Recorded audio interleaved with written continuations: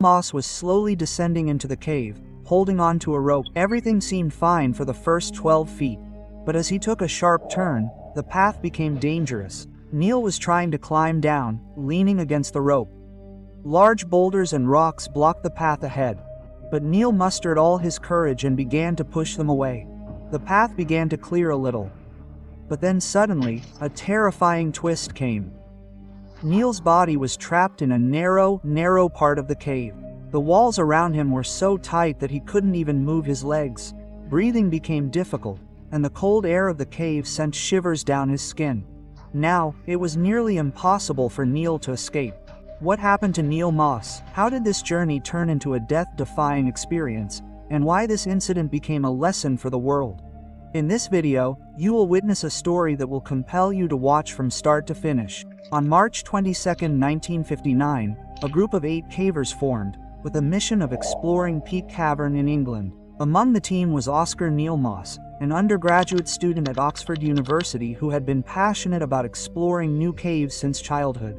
This passion had led Neil Moss to join the British Caving Association, a club where the goal of all members was to discover new caves. He had already explored several caves before. However, 2 weeks earlier, he had discovered a new cave shaft in the steel gammon chamber of Peak Cavern. Neil Moss's companions had previously reached this chamber, but no one had explored it before. Upon learning of this shaft, he was overjoyed and immediately planned to explore it with his team. They would have to travel approximately 1,000 feet to reach the inside of the cave. So first, they had to cross the Mocky Duck section, which was filled with rainwater. Next came the Balder Passage, which wasn't that difficult. After about 150 meters, they reached the upper gallery, where they had to climb. Next, they had to crawl through a passage. After that, came a difficult section, the eye hole.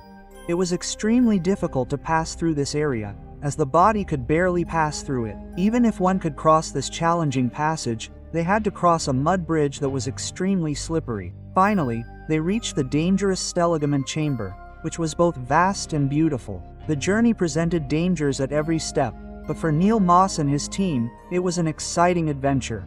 The 8 men, carrying their ropes, lamps, helmets, and necessary equipment, set off towards the peak's description. Their joy and excitement as they approached the cave was palpable.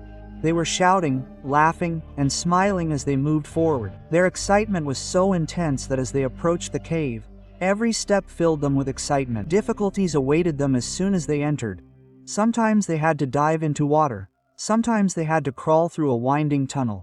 Fighting mud and sharp stones, they finally reached the steel gamite chamber. This area was vast and magnificent, as if they had found a treasure. Neil Moss's excitement was overwhelming. Next, he had to explore an unknown shaft within this chamber. His companions had seen it before, but no one had dared to enter the narrow shaft. Everyone feared it might be too dangerous, but Neil Moss had only one thought: make history. The 20-year-old, energetic Neil Moss was fully prepared. He believed he would easily explore this shaft and that his bravery would be remembered forever. This thought would become a harbinger of his life. Everyone estimated the shaft to be about 40 feet deep, but for safety, they placed a 75-foot ladder inside.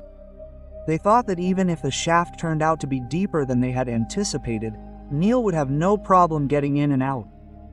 A backup plan was in place to prevent any accidents and ensure Neil could explore freely.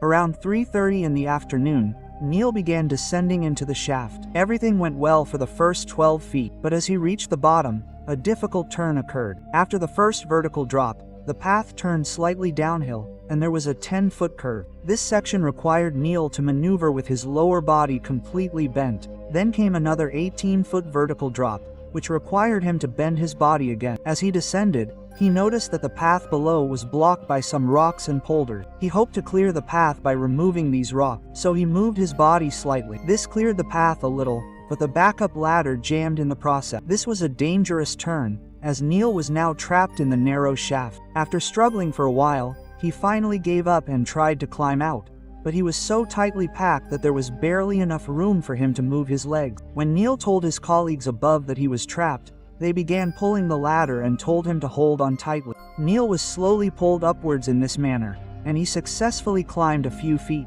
but suddenly, the ladder jammed, making it impossible to pull him up any further. Such incidents occur frequently in caving, and caving instructors are trained to handle such situations.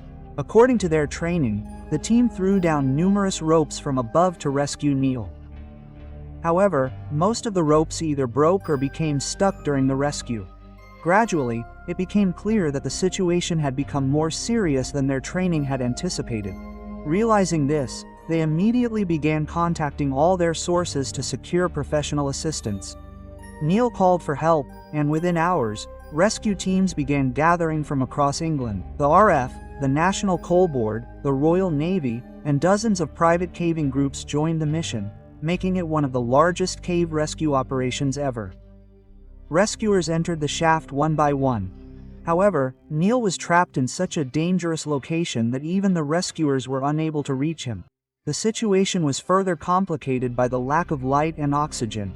3 rescuers themselves fainted and had to be rescued. The 4th rescuer, Ron Peters, had some success when he tied a rope around Neil's chest. Several attempts were made to pull Neil, who had already fallen unconscious. At around 12:30 a.m., oxygen bottles were brought in, and doctors attempted to manually increase the oxygen supply so Neil could regain consciousness and be pulled up using ropes. However, Neil remained unconscious, and this attempt failed. After a day-long rescue mission, it was decided to call in an experienced and physically smaller caver to easily enter the shaft and rescue Neil Moscow. Consequently, 18-year-old June Bailey was called in the next day.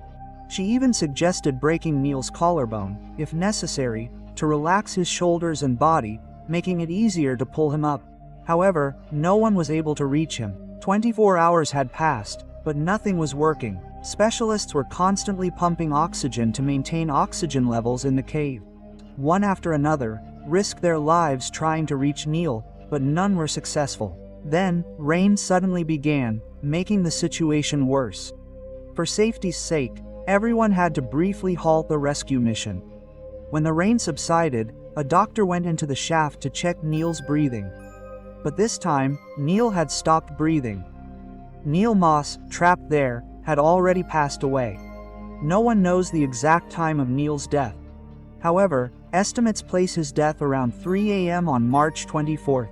The lack of ice and the availability of carbon monoxide in the freezing temperatures were considered the cause of his death, and rescuers were preparing to retrieve his body. However, Neil's father insisted that no one risk their lives to retrieve his body, so his body was left there. Since then, the cave chamber has been known as the Neil Moss Chamber. Similarly, mine workers remain trapped inside